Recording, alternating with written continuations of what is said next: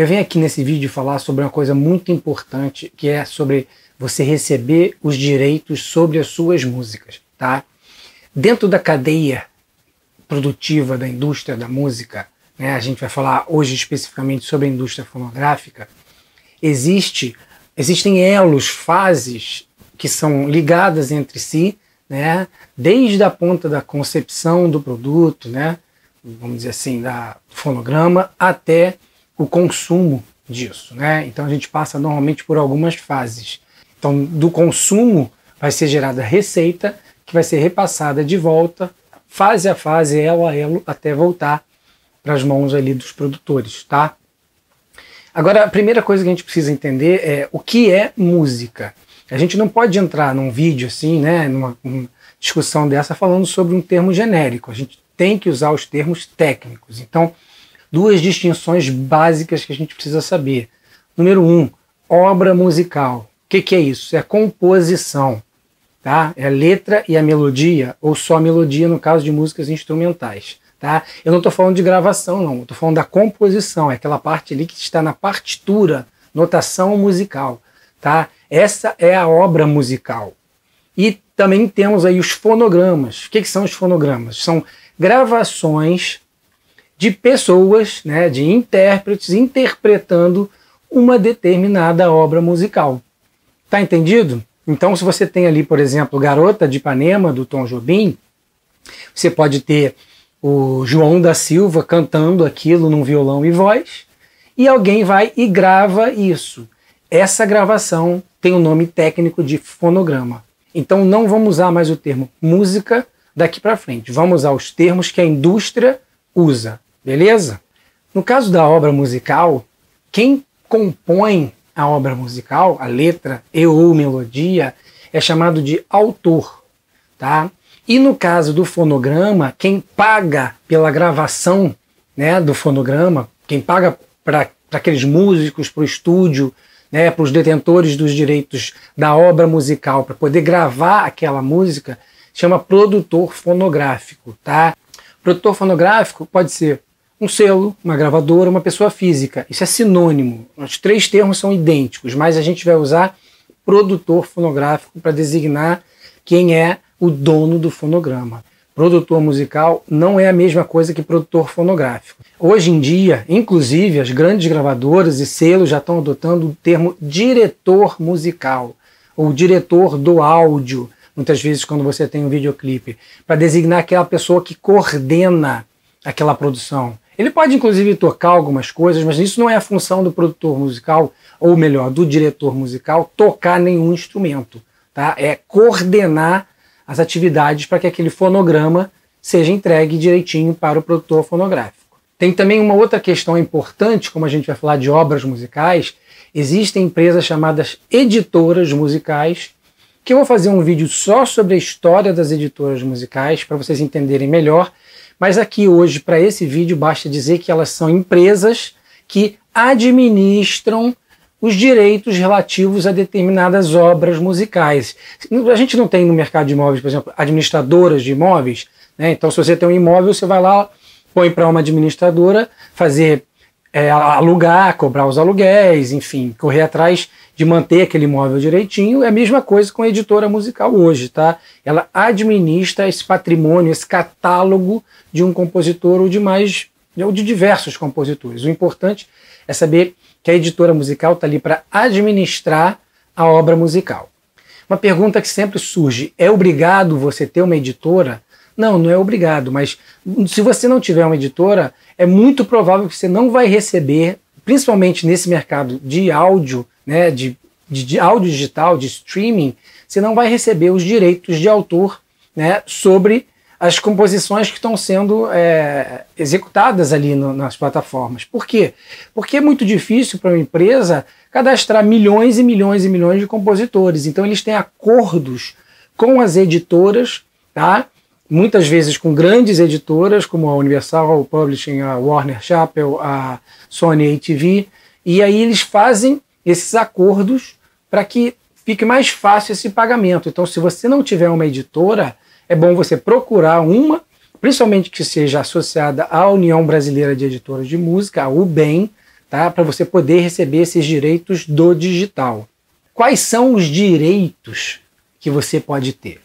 Você tem, pela nossa legislação, pela Lei de Direitos Autorais, Lei 9.610 de 98, você tem direitos em relação à parte da obra, da composição, que a gente chama de parte autoral, e você também tem direitos na parte conexa aos direitos de autor. Os direitos conexos não são os direitos de autor, são direitos vizinhos, como dizem os franceses ou os americanos. São direitos que estão ali em volta do direito de autor. Tá? Então o direito do autor é justamente o direito sobre a sua composição. É simples assim. Já o direito da parte conexa, ele se divide em 3, mas eu vou falar hoje só de 2. Na parte conexa a gente tem o primeiro titular, que é o intérprete. Tá? Pode se chamar também de músico, acompanhante, artista, executante, artista, intérprete, tá? Mas normalmente para os fins que a gente vai usar aqui, a nomenclatura mais usada é o intérprete, é aquele que está na capa do álbum, por exemplo. Ele está na capa ali do single, na capa do álbum, aquele é o principal. Você também tem músicos não menos importantes do que os intérpretes, mas a grande diferença é que um aparece ali na capa do álbum e o outro não aparece. Muitas vezes os próprios músicos são contratados, são pagos ali para executar seu instrumento. E outra coisa, essa parte de intérprete não quer dizer que a pessoa canta. Tá? Você pode ter aí o Miles Davis, que é um intérprete, ele toca trompete. Tá? Você tem o Joe Contrain, que é um saxofonista. São músicas instrumentais, então você não tem ali uma voz. Então, intérprete não quer dizer uma pessoa que canta. Então a gente tem essa categoria aí, tá? O intérprete ele tem direito sobre o quê? Sobre as suas interpretações. Simples assim. E você tem também o produtor fonográfico, uma segunda categoria do direito conexo. Como a gente falou, o produtor fonográfico ele é dono, proprietário do fonograma. Tá? Então aí já fazendo essa distinção, já pegando essas categorias, você tem produtor fonográfico, que é quem tem direito sobre o fonograma. E o fonograma, como a gente viu, é a gravação da interpretação de uma ou mais pessoas, né, intérpretes músicos, de uma obra musical. Tá bom? Então num fonograma você sempre vai ter uma obra musical embutida. É impossível você desassociar. Muita gente pergunta sobre beat e autoria de beat. Eu também não vou entrar nesse assunto. A gente pode fazer uma outra live só sobre isso, ou um outro vídeo especificamente sobre isso. Mas não vamos falar desse assunto. Vamos falar da regra do mercado, que é justamente a inexistência de um fonograma sem que haja uma composição para ser interpretada e gravada. Quem é que paga esses direitos, né? Quem é essa ponta aí que vai pagar os direitos para as pessoas que têm os direitos, né? Ou seja, os autores, os intérpretes e os produtores fonográficos. A gente precisa antes entender um pouco sobre as duas maiores modalidades de utilização, né, desses fonogramas, dessas obras, dessas interpretações que existem hoje no mercado, que são a comercialização e a execução pública. A comercialização do fonograma, né, ela já inclui a comercialização da obra. Tá? Por quê? Como a gente falou, não existe fonograma sem uma composição. E também não existe fonograma sem interpretação de uma pessoa ou mais desta composição. Tá bom? Então, esse fonograma, ele, nessa cadeia de comercialização, ele passa, né, pelo produtor fonográfico, ele vai para as distribuidoras digitais. Existem diversas distribuidoras hoje no mercado, né? Se você tiver uma dúvida, pergunta aí pra gente, que a gente mostra aí algumas. E você tem também a parte de consumo, comercialização, né, e consumo ali na ponta, que são as lojas digitais, tanto de áudio quanto de vídeo, né? A gente está falando aí de YouTube, de Spotify, Deezer, Apple Music, e por aí vai. Então, são essas plataformas que estão ali na ponta de venda. Elas são as lojinhas, hoje, as lojinhas de música digital. Então, você vai lá, assina o serviço, ou não, na modalidade, né, que é custeada por anúncios, tanto, por exemplo, no Spotify, quanto no Deezer, quanto no YouTube, que todo mundo já conhece. aquilo ali vai gerar um número de visualizações, de streams, aquilo vai ser computado pelas plataformas e elas vão pagar a parte fonográfica, tá? Direitos conexos, vão pagar isso para a distribuidora digital. A distribuidora digital vai reter um percentual e o resto vai ser passado totalmente para o produtor fonográfico. E aí ele vai fazer os pagamentos de acordo com o que ele tem ali com os artistas que executaram, interpretaram aquela música. Em relação à parte autoral, o raciocínio é o mesmo. Só que as lojas digitais vão ver a quantidade de streams e vão pagar as editoras. Tá? Não passa por distribuidora digital, elas vão pagar diretamente as editoras. E a editora vai pagar para o compositor cujas obras ela administra. Então é por isso que se você não tiver essa editora, esse link não existe entre o compositor e a loja digital. Por isso que é importante você ter uma editora. Tá? E eu vou dar uma dica. Hoje em dia você pode fazer, tem diversas editoras que já estão se profissionalizando para administrar justamente essa quantidade de obras que vem do mercado independente.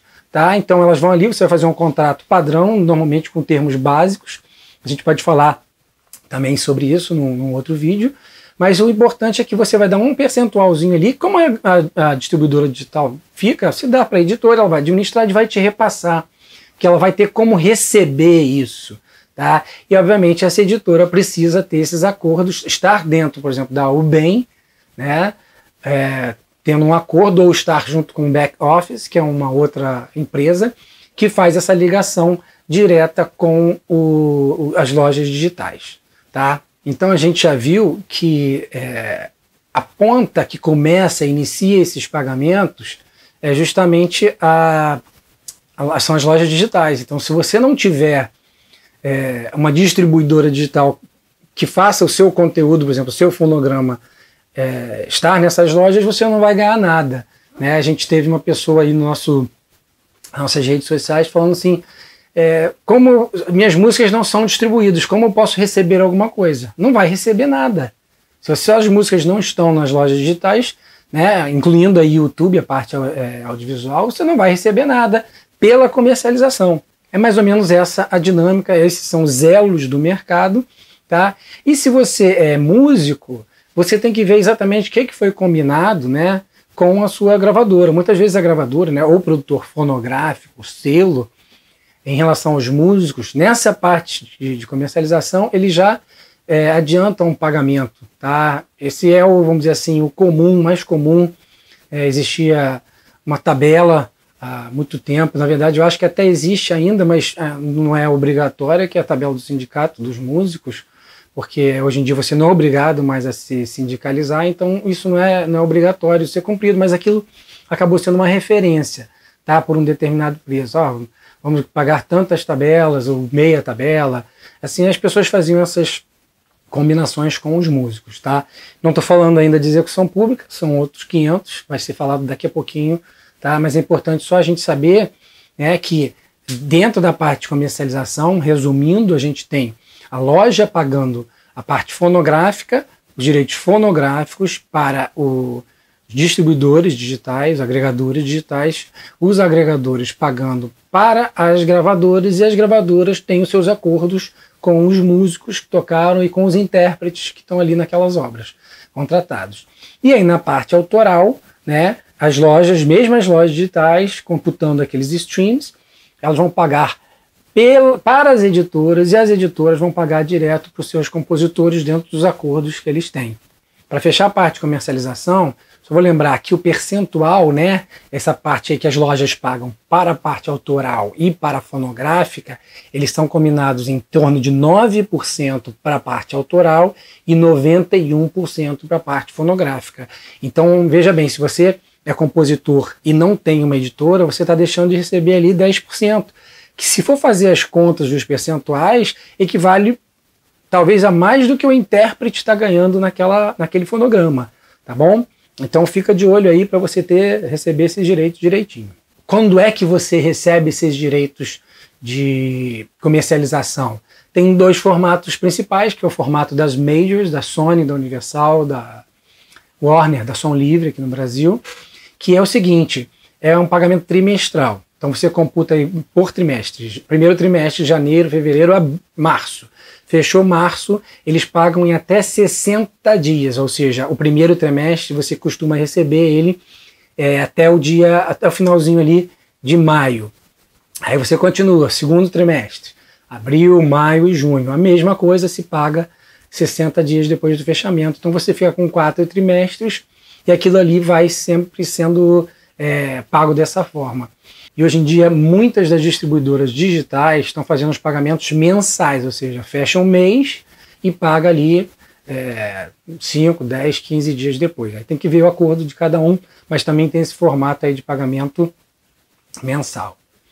Então fica ligado, faz um cronograma ali para você poder cobrar, né, cada gravadora que tem ali, por exemplo, a sua interpretação, né, ou enfim, de repente você como produtor fonográfico que é distribuído por uma major, você vê ali quais são os seus rendimentos dentro daquele período ali, e aí você começa a ter um fluxo de caixa a partir de um determinado momento constante. Obviamente isso vai depender de quanto que foi ouvido aquele fonograma, né? Quanto foi tocado aquele fonograma, mas aí você fica já sabendo mais ou menos o que você tem ali para receber. Agora vamos falar um pouquinho sobre a execução pública, tá?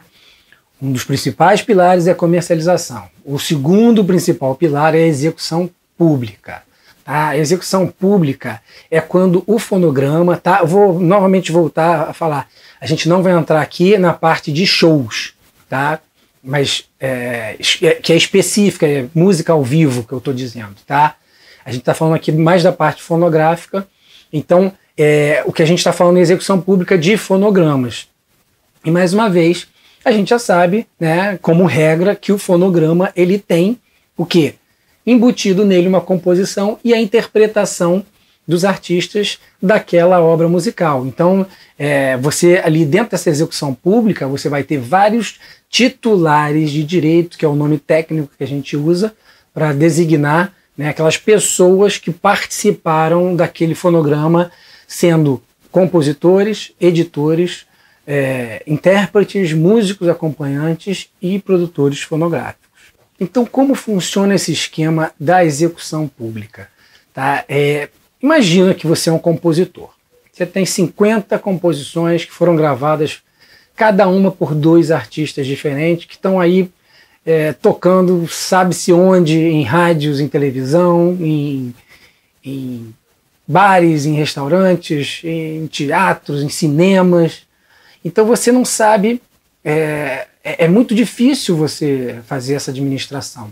Então há muito tempo no Brasil, as pessoas começaram a se associar, tá, para formar sociedades de gestão coletiva de direitos. Tá? São entidades que, né, administram esses direitos coletivos. Então existem diversas aqui no Brasil, a UBC, União Brasileira de Compositores, a Abramos, a Socimpro, né, são 3 das mais antigas, para citar aí, pelo critério de antiguidade, né, que é importante. Essas entidades elas administram os direitos de muitas pessoas. Tá? E elas têm todas, né, um escritório central de arrecadação e distribuição desses direitos, que é o ECAD, Escritório Central de Arrecadação e Distribuição, de direitos de autor e conexos, não é só de parte autoral não, tá? Da parte autoral e da parte conexa. Então o ECAD ele é o órgão incumbido de fiscalizar, ou seja, de arrecadar e distribuir esse dinheiro arrecadado para as sociedades, e as sociedades distribuem, por sua vez, para os titulares. Por isso que é o escritório central, ele centraliza essa arrecadação, distribuição para as sociedades e aí cada sociedade para os seus titulares.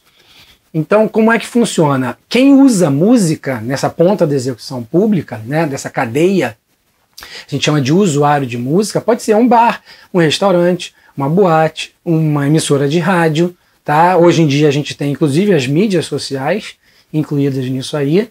Todos esses usuários de músicas vão recolher ali um valor, normalmente mensal. O ECAD tem uma tabela de arrecadação, uma tabela de distribuição para usuários diferentes. Tá?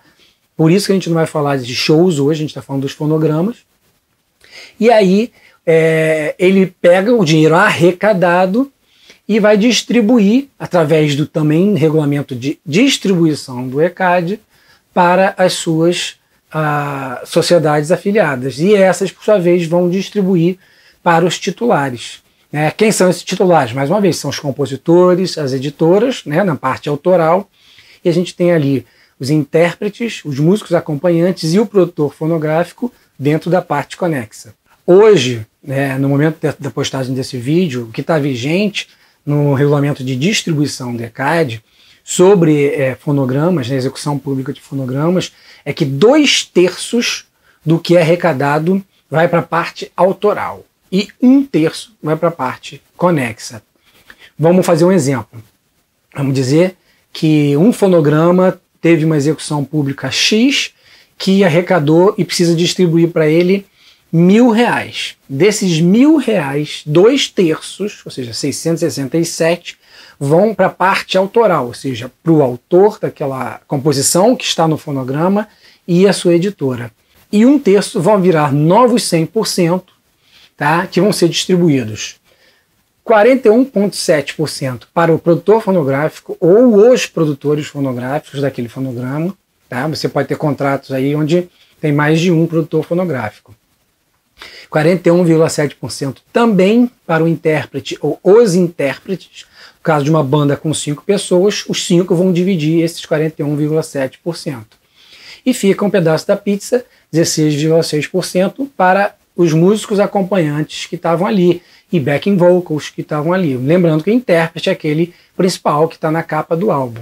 Tá? Se não houver músico acompanhante, vamos dizer, é uma banda que executa todos os instrumentos ali, canta e tudo, então fica 50% para o produtor fonográfico e 50% para o intérprete. Lembrando que isso corresponde, esse 100% aí da parte conexa, responde a 1/3 do total arrecadado daquele fonograma, porque os outros 2/3 ficaram para a parte autoral. Então vamos ver agora como é que a gente recebe esses direitos. A gente precisa lembrar uma regra, né, que só se pode utilizar o direito do autor, a composição e a interpretação mediante uma autorização, né, desses titulares, do intérprete, do músico acompanhante e do autor. Sem isso você não pode, o produtor fonográfico, utilizar. E tem que ser uma autorização escrita. Tá? No caso da comercialização funciona assim.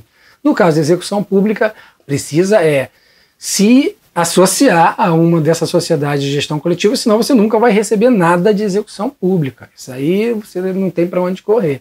Então, um ponto-chave aqui que une esse pilar da comercialização com o pilar da execução pública é um cadastro que o produtor fonográfico faz do fonograma, que se chama ISRC, tá? Que quer dizer International Standard Recording Code, é o código de gravação emitido pela ISO, que é uma associação internacional aí de padronização. Quem conhece, por exemplo, a ABNT no Brasil, seria uma coisa assim, só que internacional. Para você obter esse código, você precisa informar, né, o produtor fonográfico precisa informar quem é o autor ou os autores da música, se essa composição tem ou não editora, tá, responsável pela administração. Isso fecha a parte autoral. E na parte conexa, ela vai colocar ali quem são os intérpretes, os músicos acompanhantes, né? Vai botar os percentuais ali, eventualmente, que forem combinados. Você pode preencher manualmente, mas dentro daqueles limites que eu já falei há pouco, né? E, claro, vai ter ali constar o produtor fonográfico, e aí é gerado esse código, tá? Que a gente já falou num outro vídeo, que eu não uso o nome registro, né? Um cadastro do ISRC. Então, através desse cadastro, a própria sociedade, né, lembrando só, se eu não falei antes, vou falar aqui, o programa do ISRC, gerador desse código, é obtido pelo produtor fonográfico que se cadastra numa sociedade de gestão coletiva. Então, você pode se cadastrar nas sociedades como autor, como editor, como intérprete, como músico acompanhante, como produtor fonográfico, tá? Então você vai receber um programinha que você vai rodar no seu computador, ou algumas das sociedades hoje em dia você já consegue fazer isso direto no site delas. Você cadastra esse fonograma, você vai receber ali um código, né?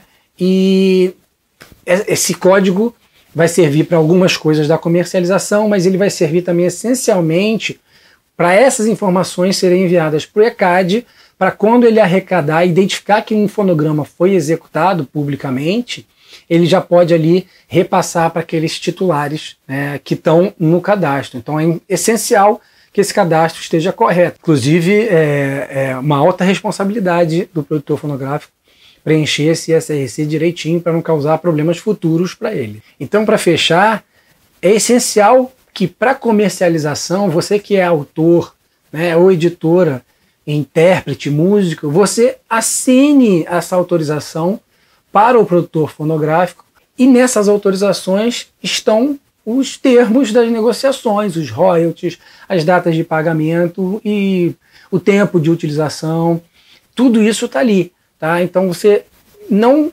deixe de pedir um papel, né, um documento, uma autorização escrita para as gravadoras com quem você fizer negócios musicais. Tá?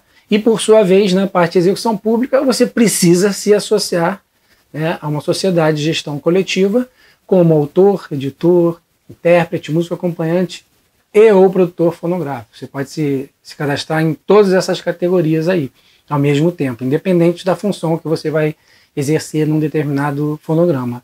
Tá? Então, sem esse tipo de associação, né, de estar associado a essa sociedade de gestão coletiva, você não tem como receber. Então, só para fechar, gente, espero que vocês tenham gostado aí do vídeo, que tenha tirado as dúvidas de vocês.